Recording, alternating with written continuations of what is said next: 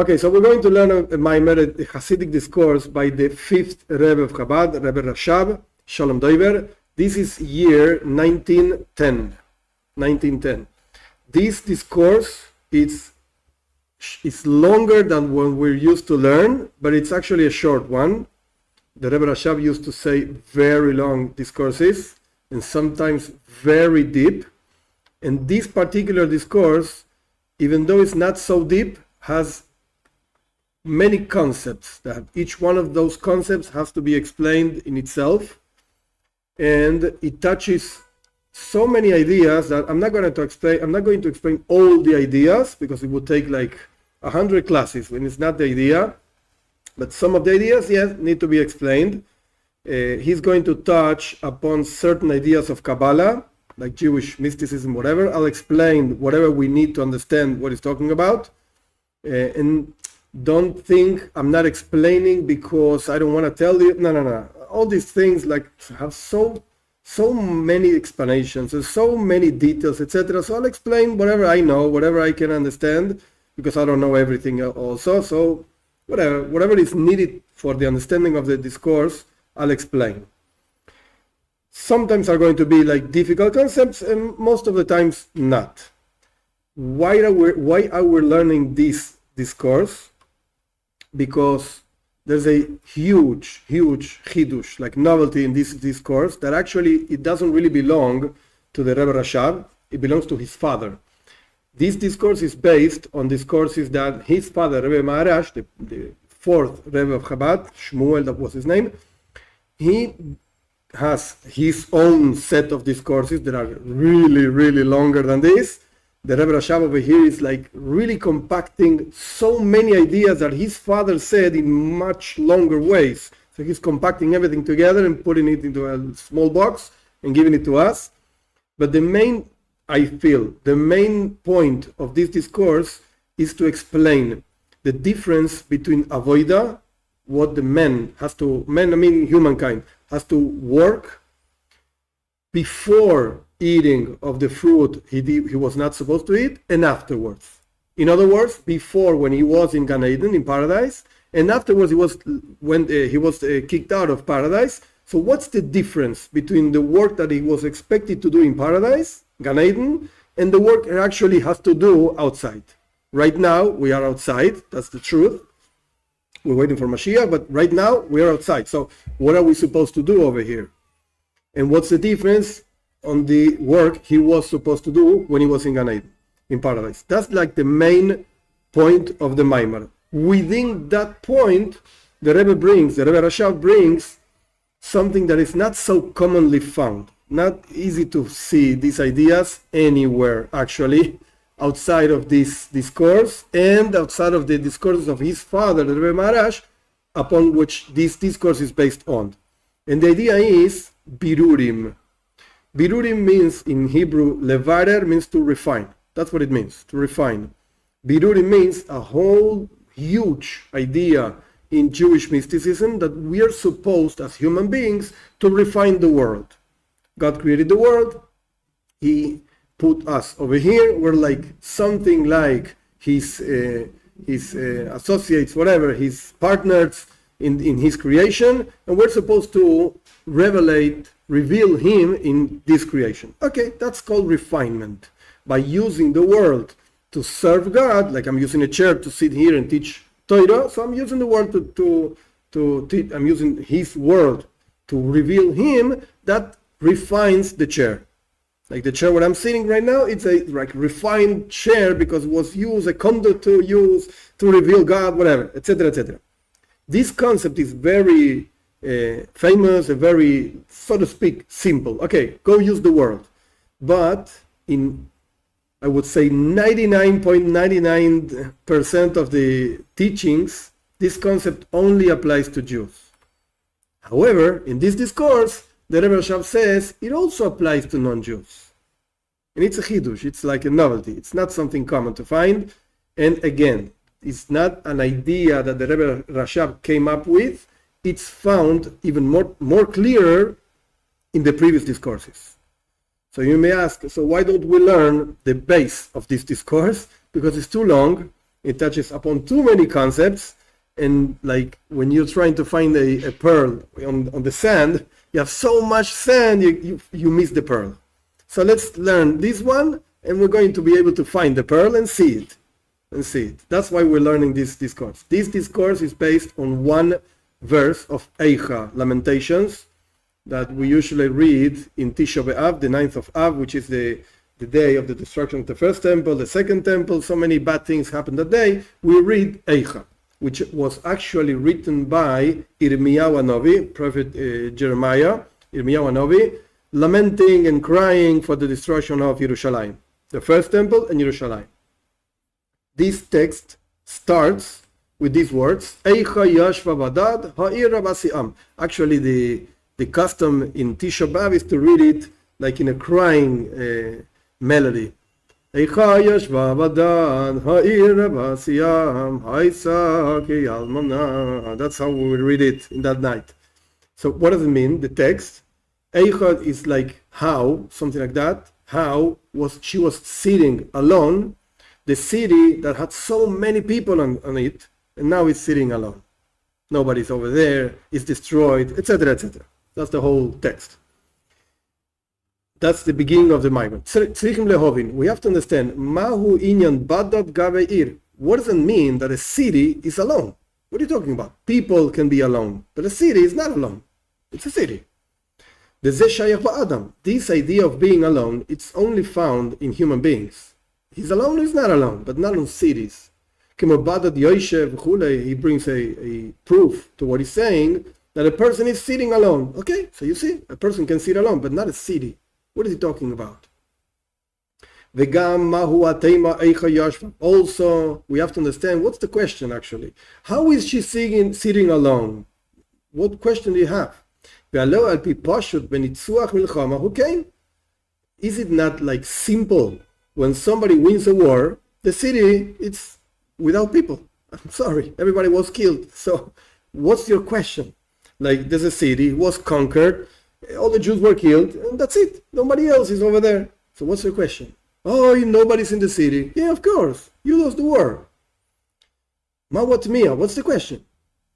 Now, the Medrash Rabbah, the Pischasa, the Eicha Isa, this discourse is so mixed with Aramaic and Hebrew. It's all kinds of, all the time, back and forth, Aramaic and Hebrew.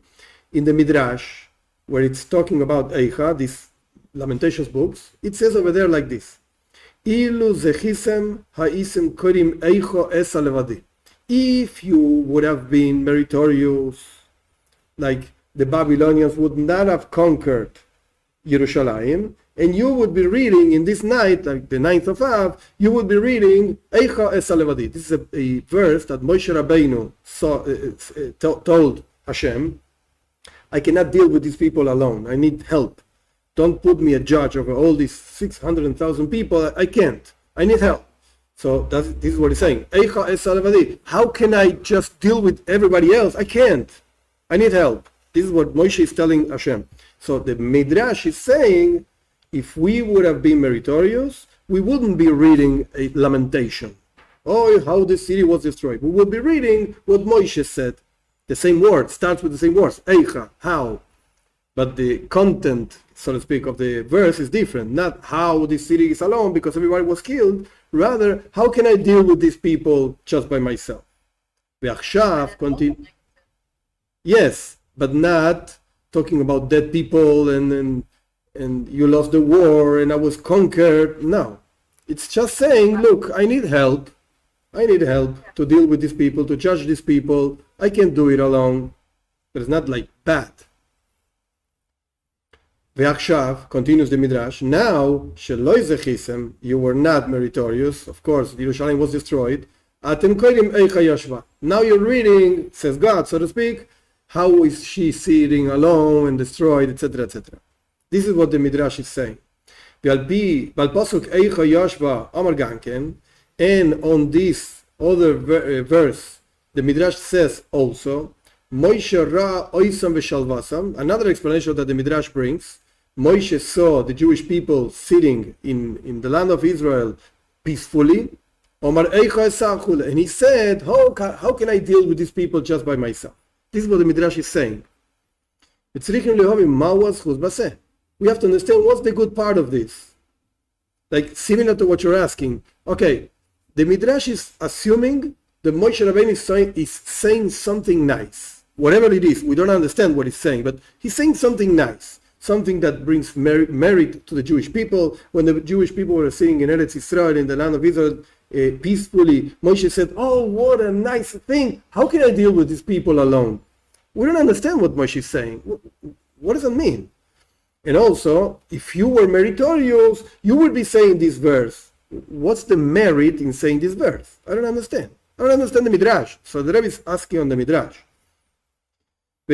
Now, there's another Midrash in the same place. It says like this. This is why it's written, they, like the first man, the Jewish people, like the first man, they transgress the covenant. The Midrash says, like the first man, when he was born. I mean, the verse literally should be translated not like the first man. The verse should be translated like a man. We, regular people, sometimes behave nice, and sometimes, we don't behave so nice. So the verse is saying, you're like a human being. God is saying, you're like a human being. Sometimes good, sometimes so bad.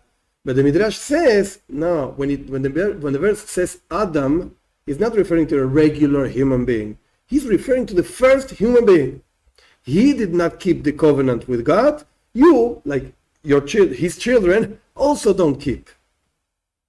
Omar HaKadosh Baruch Hu, the Midrash says God, Adam Arishon, Chulei, etc., Ichnastiv leGan Eden, the first man, I put it into the paradise, Gan Eden. Sheneemar, as it's written, Vayikach Hashem Elokim es Adam, Vayenicheu Bagan, Gan Eden. God took man and he put it in Gan Eden. Very nice. V'tzivisiv, and God continues like speaking. And I gave him commandments, like the verse says, Vayitzav ala Adam, God commanded on the man, do this, don't do that, etc. Ve'ovar al tzivuyai, and the man, the first man, transgressed my commandments. What was the particular commandment that he transgressed? Like God says, Hamina eitz asher tzivisicha chulei. Did you eat from the tree that I told you not to eat? Yes, he did. So he transgressed. Vedantiv begirushin. The Midrash continues. The Rabbi is not quoting the whole Midrash, just the parts that he wants to comment on. I, says God, judged him by kicking him out of Gan Eden. That's it. Get out of here. Vaygaresh Adam, like the verse says, that God kicked out man from Gan Eden. That's one judgment, kicking him out. Uveshiluchin, there's another judgment more, another more problem, so to speak. God says, I also sent him out. It's not the same thing. I can kick you out of this place, and you can be waiting by my door. You're not in my home. I kicked you out of my home, but you're over there waiting. Not only that. I kicked you out of my home, and I sent you as far as I can. Get out of here. Really go far from here. I don't want to see your face. So that it's two punishments, so to speak. Punishment number one, Geirushin. I kicked you out of here. Punishment number two, Shiluching. I sent you out. Far. Like the verse says, Vaishalcheyu lavoid. God sent man to work on the land, on the earth. Continues the Midrash. Vekoinenanti alav eicha. And I, says God, I started crying upon this man. Eicha, where is he? Like, what did I do? Why did I do this? Like God says to man, Vayomer loi ayeka. God says to man, where are you? Ayeka. Now this part in the Midrash is very nice, but difficult to understand if you don't really follow the psukim, the verses. When man ate from the tree, from the fruit of the tree, whatever, God didn't tell him directly, hey, you ate from the tree, I know that. No. He first asked him, Ayeka, where are you? Hello? Are you over there? And man said, oh, I saw you coming in and I covered myself, So the way it's written, Ayeka means, where are you? but it's written exactly the same with the same letters as Eicha. It's written the same. So the regular reading of the verse is God is asking man, Ayeka, where are you? But the Midrash is saying after all that man did, that he was not supposed to do, and God said, I'm going to kick you out of here, I'm going to send you really far from here. After that, God started crying and said, Eicha, where are you? Like, what happened to you? Why did you do this? Instead of reading Ayeka, where are you? Like a question with a finger, where are you? What are you doing? No. God is crying, saying, Eicha. Why? The Midrash is not keeping here chronological order. No, not at all. Because God, first of all, asked Ayeka, where are you? And the man started saying, whatever excuses. And God said, okay, to me, you can't put excuses. I know everything. So now you're kicked out and you're sent out and blah, blah, blah. The Midrash is putting this in a different order. The Midrash is saying, I kicked you out, I sent you really far, and then I started asking, Eicha, how can it be? So the verses don't fit the Midrash. But this is something that the Midrash can do. Like in this level of interpretation, that's fine. You can do that. Not in Pshat. In the literal meaning, no, this is wrong. It's all wrong. It's out of order. But the Midrash can do this. It's fine. It's fine. The novelty of the Midrash, the Chidush over here is that God said Eicha, not Ayeka. Don't read Ayeka. Read Eicha. Don't read where are you? Read Oivei. Why? This is what the Midrash says. Upirush Matnes Keuna. Matnes Keuna, it's a commentary on the Midrash. He explains on these parts of the Midrash that we brought, the reason why the Midrash is like playing, so to speak, quote unquote, with the words, is because it's written in a very specific way. It should have been written in a komatz. Komatz is like a sign of reading the Torah. It's not written like that, so the Midrash is like starting playing with the letters, with the words. That's what the Madness Kevuna brings. Point. This is what the Midrash says about the first man. All of this was actually trying to explain one verse that the Rebbe brought, that Midrash brings, Heima ke Adam avru bris. They, the human beings, like men, transgressed a covenant. So we just explained that the first man transgressed the covenant. I told you not to eat, you ate, I kicked you out or sent you far, and then I started crying. The same thing, the Midrash continues, Af banav, same things happened with the children. Ichnastim la'aretz, says God, I brought them into the land of Israel. Shneimar, as it's written, Va'avi eschem el eretz HaKarmel, I brought you to the land of Carmel, whatever, a nice land. Vetzivisim, and I gave them many commandments. Tzaves-B'nei Israel, go tell the Jewish people to do this, to do that, not to do this, not to do that, etc. 613 mitzvahs. I gave them mitzvahs, I gave them commandments. Ve'ovru al tzivuyai, and they transgressed my commandments. Shneimar, as it's written, V'chol Yisrael avru es Torasecha. All the Jewish people, they transgressed your Torah.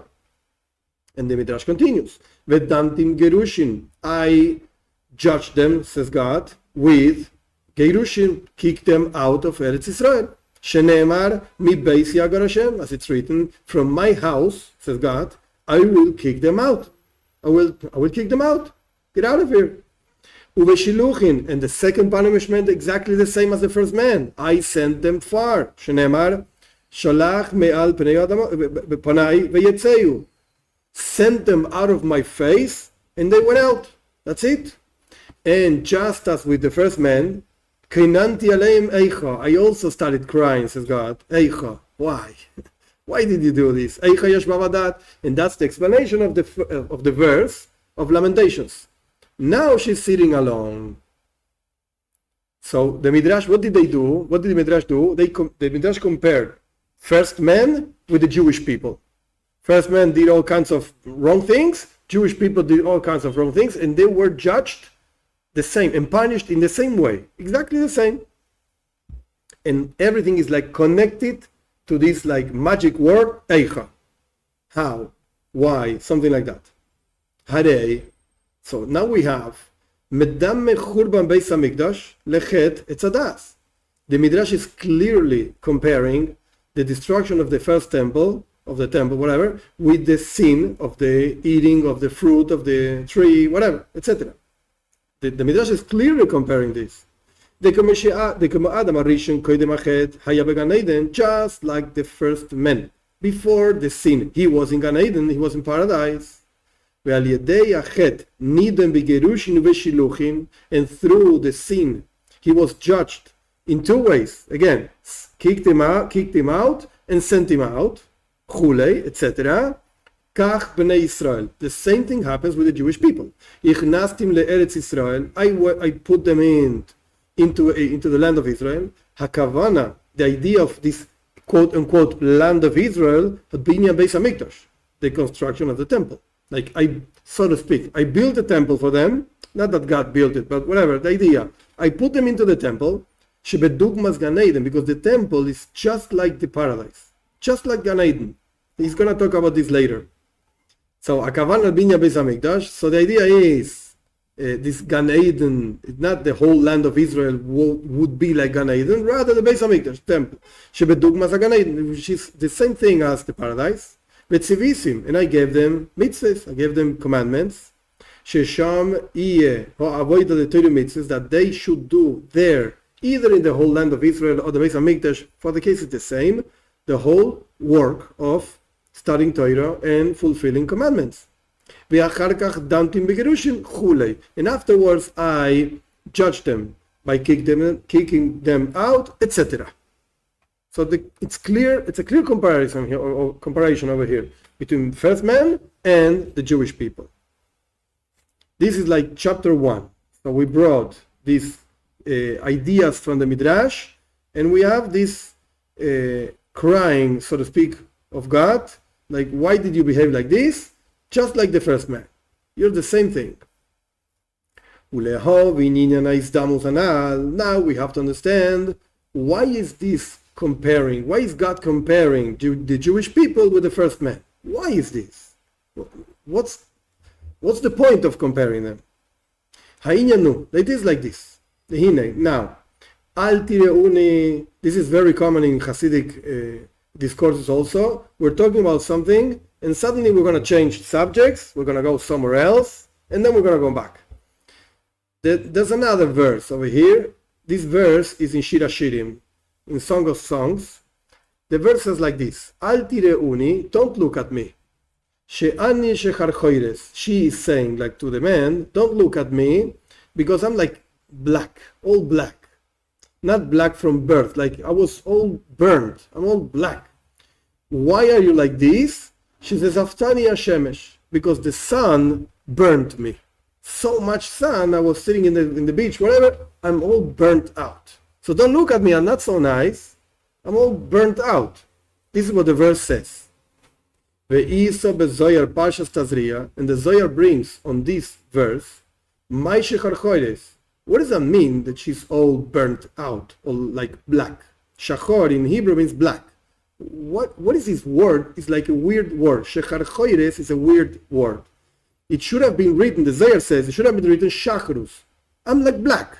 Okay, I'm black. So what's the problem? No problem. But Shecharchoires is like too many letters to say something that you would say with less letters.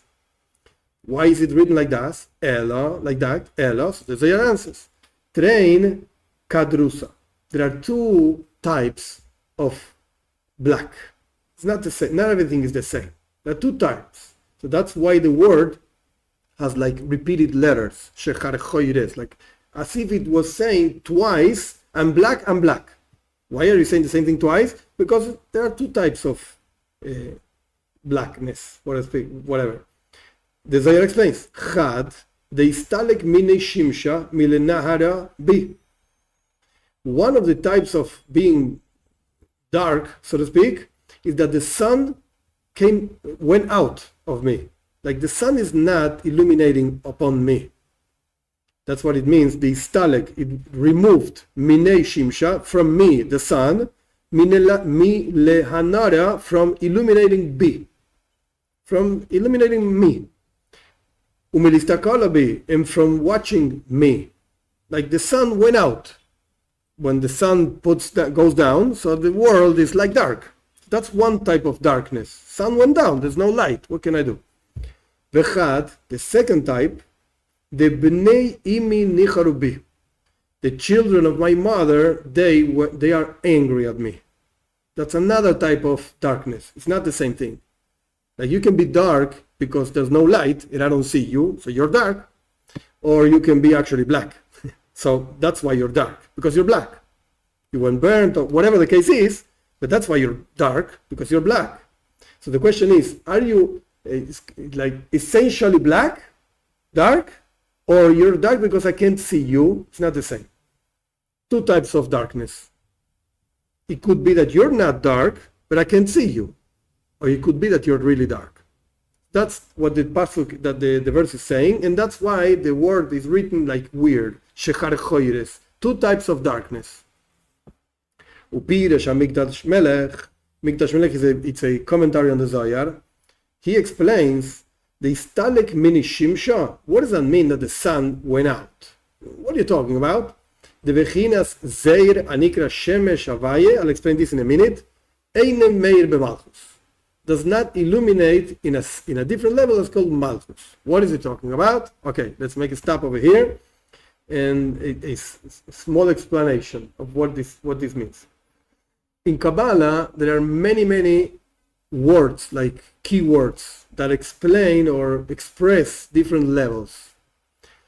And all these levels, they like combine with each other and they get together with each other, and certain results come out of this union between these levels.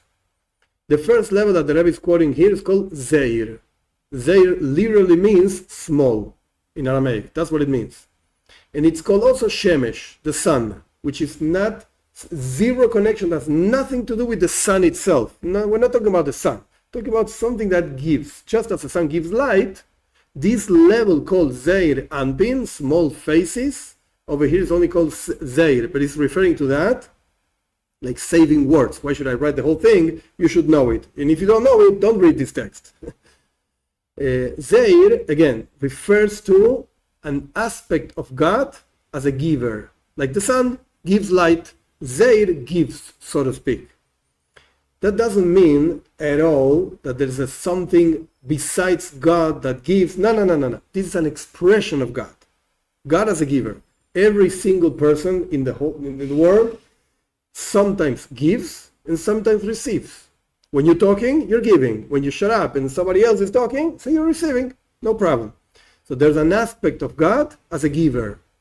This aspect in Kabbalah is called Zeir Anpin. That's what it's called. Actually, Zeir Anpin, if you go a little bit deeper, it's actually what is called in Kabbalah a partzuf. What does that mean, a partzuf? This is like an Aramaic word also. Partzuf literally means a face. Faces, that's full of faces, in all kinds of faces in Kabbalah.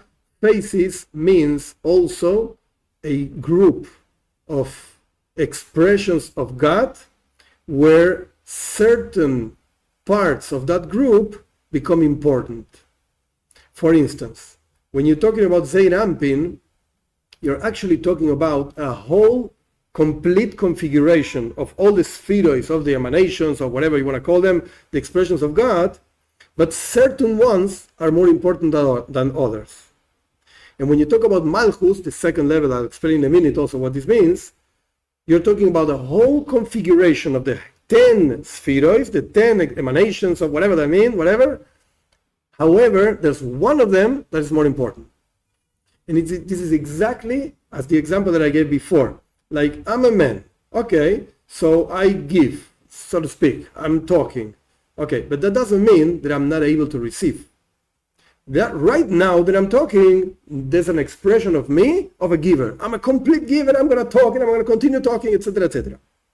But at the same time, I can shut up and listen, and automatically, like in seconds, in nanoseconds, I became a receiver. I'm not a giver anymore. But it's the same me. It's just me. Sometimes I give, sometimes I receive. This is exactly the same. It's not that there's a part of me that gives, there's a part of me that receives. No. It's just me. It's the whole me. Sometimes I give, sometimes I receive. This is the relationship between Zeir Anpin and Malchus. Also, one more detail. Usually, Zein Ampin is called the sun that gives, and Malchus, which translates to kingship, is called the moon that receives. We see this very simple example that the Kabbalah brings. We see this exactly with this light of the sun and the light of the moon. There's no light that the moon gives by itself. The moon just gives the light that receives from the sun, just shows the light in a different way, doesn't have its own light. So this is exactly what the sun represents, a giver, and what the moon represents, a receiver. And afterwards, like shows the light in a different way. The same thing happens, like the Talmud is full of these ideas that seem so simple and actually are talking about very deep things. The Talmud asks, when a man, now the difference between men and women, when a man brings grains, how do you call it? Wheat. When a man brings wheat home after a whole day of work and he was in the field and he worked and he brought the wheat home, does he eat wheat? Nah. He gives it to the women and she grinds it and she prepares the bread and he is happy with the bread. So this is the relationship between men and women. He brings, but she takes whatever he brought and transforms it into something nice. Oh, you can eat bread, you can't eat wheat just like that. It's hard and whatever. So the same thing happens with the sun and the moon. The sun gives and the moon receives and shows the light in a different way. The same exact things happens with Zein Ampin and Malchus. These are partsufim, like faces, quote unquote, expressions of God as a giver or as a receiver. Now, having said all of this, another detail, and then we're going to understand what the Rabbi is talking about. One more detail. Words, usually, this is an example. The Rabbi is not going to talk about words, but the example is going to be clear, I hope. Words are called stones. In Kabbalah, in Sefer Yetzirah, words are called stones. Why? Because the word itself doesn't really create anything and has anything nice to it. Rather, there's a concept inside that word, and that's what's really valuable. The concept, the idea. Actually, the same idea you can express in different words. I talk in one way, and a different rabbi talks in a different way. And maybe we're saying the same thing, but you like this one and you don't like that one. Why? Because the concept is the same, but the words can change. The words are not the main thing of the concept, rather the concept. Okay, same thing happens with Zein Ampin and Malchus. When we say that the sun, like in classical Kabbalah wordings, when you say that the sun shines upon the moon, oh, what a nice thing. What is he talking about? He's saying that God is giving and revealing himself into the world. The world is like the words, so to speak, of God, and we don't see nothing else but stones, the world itself. We don't see God. However, if the sun is shining upon the moon, oh, now we can perceive God within the world. That's the best situation, so to speak. And in Kabbalah language, is Zein Ampin shines in Malchus, or the sun is shining in the moon. The words are not like lost words. They have a concept inside of them. One example that is given in Hasidus is, you take the word Baruch. Baruch means blessed. Blessed be the Lord, etc., etc. You can take exactly the same letters and you play with the letters and you change the order of the letters, and what did you lose? You lost the concept. Now these letters are not transmitting any specific concept. It's just letters over there. When you put the words in the letters, in the proper order, oh, now you say God is blessed, he's the source of blessing. Oh, very nice. But the only thing that changed is just the order of the letters. From carrying an idea or not carrying an idea. Same thing happens with the world. The world is, so to speak, created by this level called Malchus. When these words, letters, quote unquote, are out of order, you see a world, but you don't see God. If the letters become in the proper order, now you see the world and God. You see the word Baruch with the letters, and they carry a concept. Oh, God is the source of blessing. Now let's go back to the Maimon. The Rebbe said that there are two types of darkness. One darkness is because the sun, is not shining upon me, so to speak. And the second type of darkness is God is angry at me. Not just that I did something wrong, I'm so to speak burnt. And the Mikdash Melech, again, the second line of this page, this commentary explains. Istalik mini shimsha. What does that mean that the sun went out? What is the Zohar talking about? Oh, I'll explain to you in Kabbalah words. This level called Zeir, small, whatever Zeirampin, which is also called the Son of God. This is paraphrasing a verse in Tehillim, in Psalms. Eina Meir b'Malchus, is not shining in this other level called Malchus. Like the sun is not shining upon the moon. No. And what does that mean? In practical letters, this means that when Jewish people is in exile, God removed himself up, really far. We don't see God. This is what Golus means. This is what exile actually means. You could be in front of the Koitzel Amaravi, the Western wall. You could be on top of it. You could be on that, and you're still in Golus. In Yerushalayim, you're in Golus. Why? Because Golus means God is hidden. This is the definition of Golus. And this is what happens. Also, the sun is not shining, quote unquote. Sun is not shining on the moon. What does that mean? Okay, you're in Golus. That's what it means. Like the letters became out of order and they lost the concept. I see the letters of the word Boruch, Beis, Reish, Vav, Chav. I don't see the idea behind it. I don't understand it. Because they are out of order, so I can't read it. I don't know what it's talking about. But the letters are over there. It's just, I don't see what they're talking about. This is what it means, what the Mikdash Melech is saying, explaining what the Zohar is saying. V'al zeksiv, on this is written, V'haisoki almana. This is a continuation of the first verse that actually opens this discourse. Haisoki almana. Yerushalayim is like a widow. Keisha she'alach baila lemedina sayam. Like a woman that her husband went very far. Medina Sayam literally means like the land on the sea, like some very far country. She's not really almana, she's not really widow, because you can't say that the Jewish people is a widow, because God is a man. Did he die? No. But you can say clearly that the husband just went very far. We don't know where he is. This is what Golus means. And this is what it means, that we are like widows. Medina Sayam, what does that mean, a very far country? Okay, God went, quote unquote, to a very far country. Where did he go? What are you talking about? He's the whole world. Where did he go? No. It doesn't mean that he actually went somewhere. It means Alma Discassia, a hidden world. Whatever that means, doesn't really matter now. It means we cannot understand him, we cannot find him, we cannot see him, we don't feel him, etc. This is what it means. And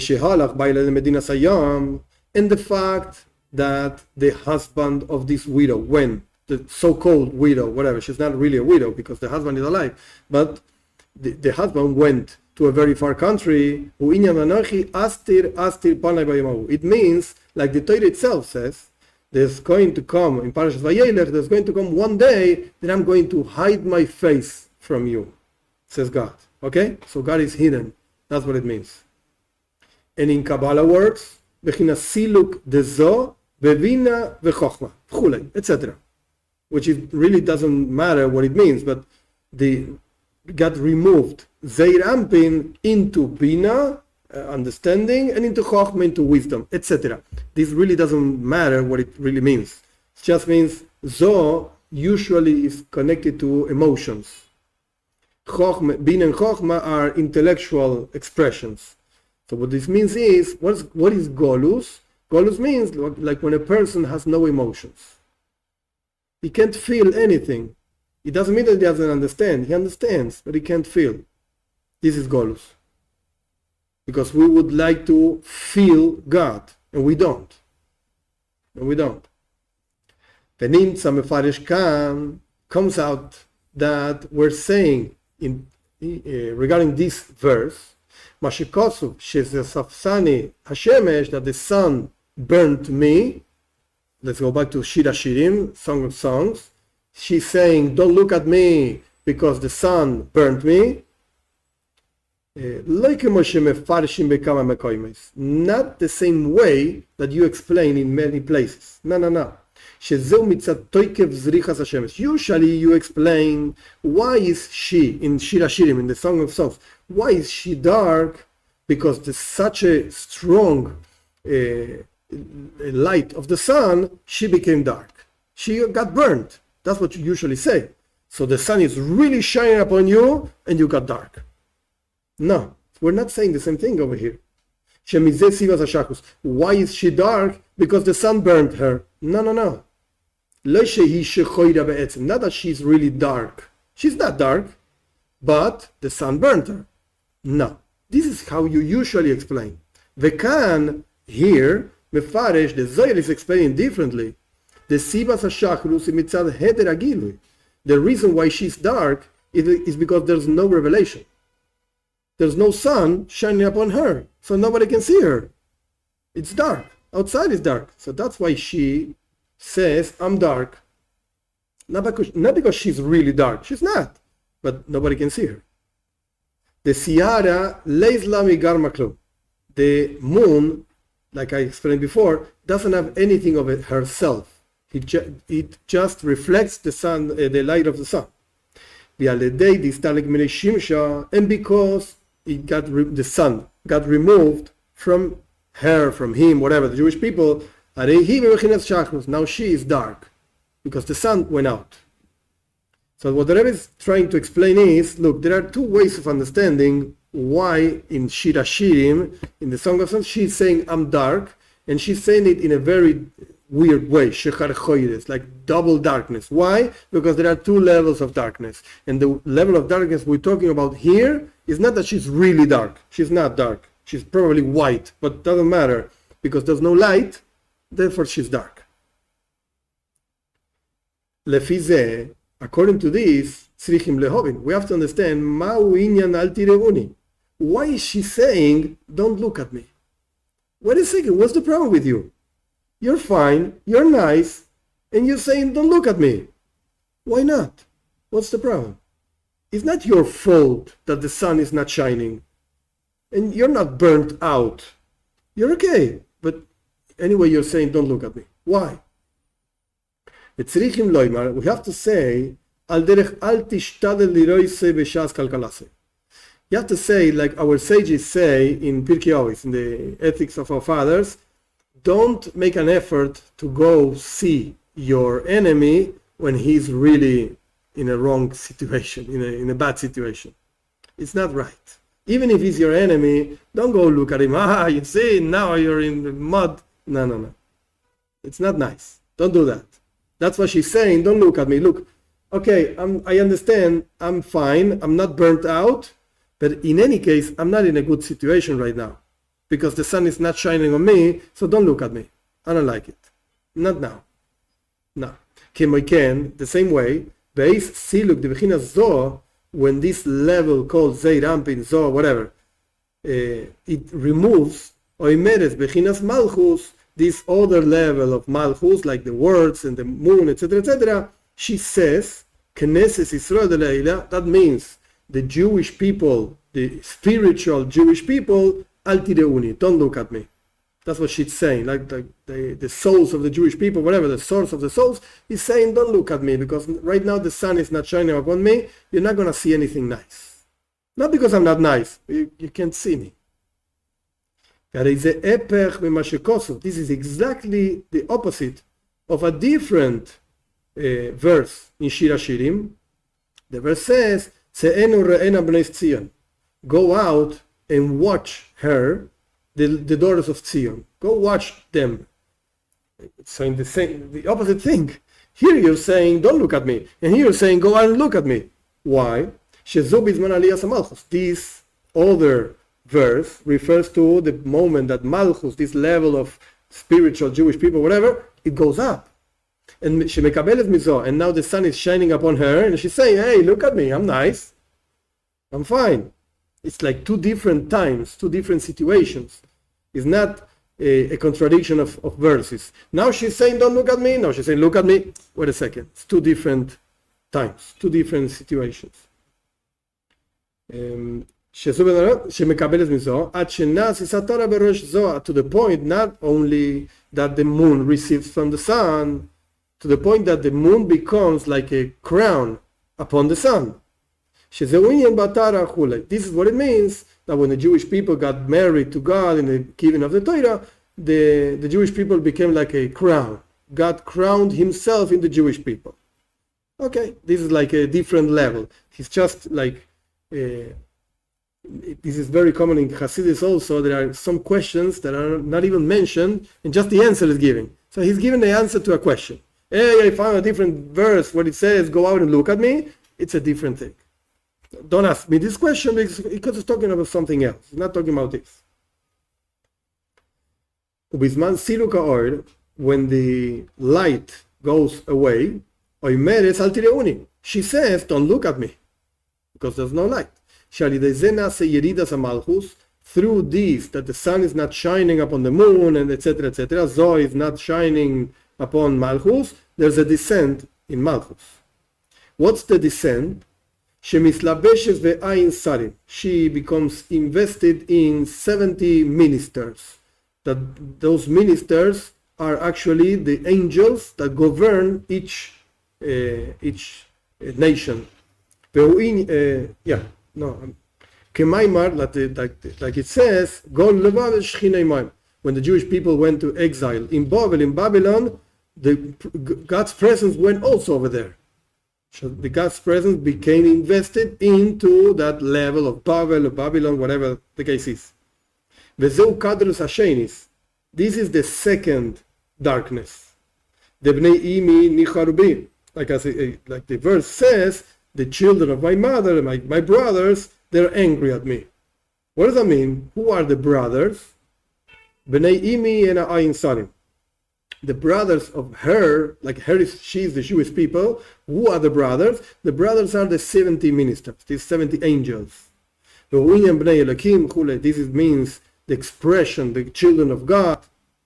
And what does that mean that they got angry at me?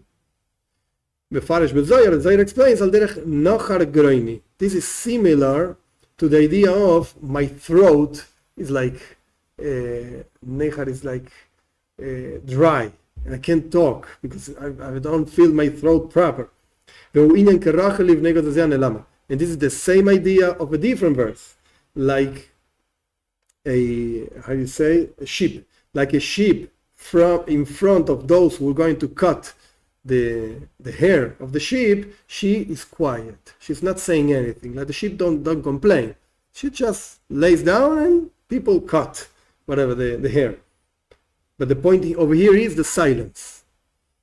What does that mean that the brothers got angry at her? Like she's silent. This means, in other words, when the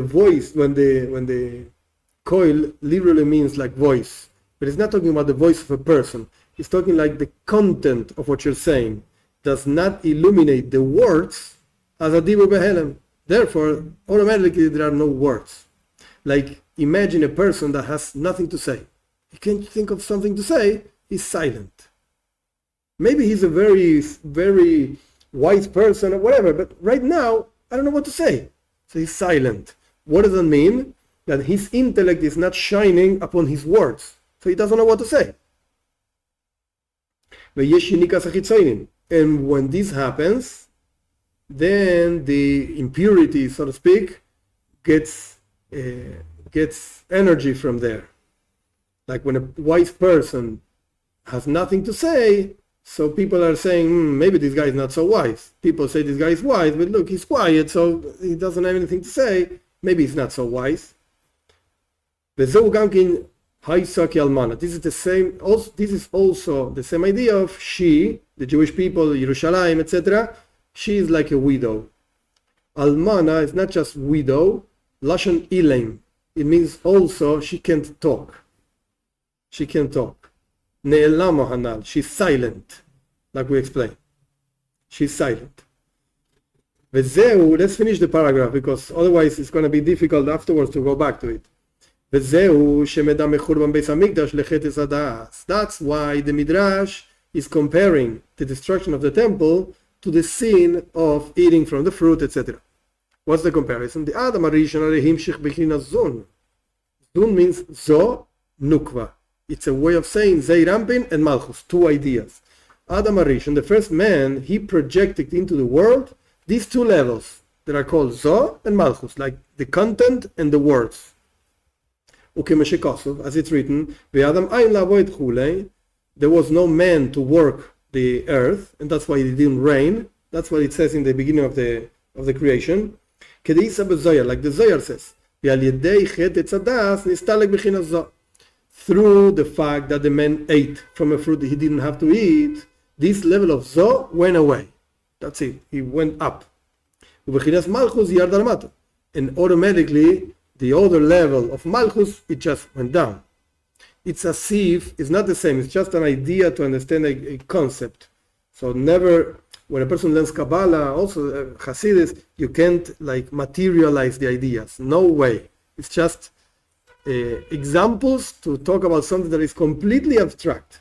So if you have a person that is holding somebody that is falling, and you're holding that person is not falling because you're holding.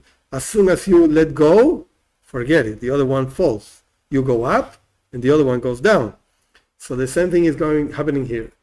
God, so to speak, was holding Malchus through this level called Zo, whatever they mean. And as soon as Zo removed, Malchus went down. It's as if, again, the example of the words, the concept and the letters, it's as if you remove the concept from the letters. You have a group of letters that they represent a concept. Okay, take out the concept, the letters lose the meaning. It's just letters. And they can become disordered, etc. So as soon as the concept removes, the letters just fall down. Kemoiken, the same thing. Not just the first man, this happened to him. Kemoiken, the same thing. Bizman beis hamikdash haya ichud zun. At the time that the temple was built, there was a unification of these two levels, whatever they mean. And afterwards there was a destruction of the temple that this sun, quote unquote, removed. And afterwards, when the sun removes, the moon, so to speak, goes down. Malchus, this level of kingship, whatever that means, goes down. And that's what it means on the verse that my brothers, the children of my mother, they are angry at me.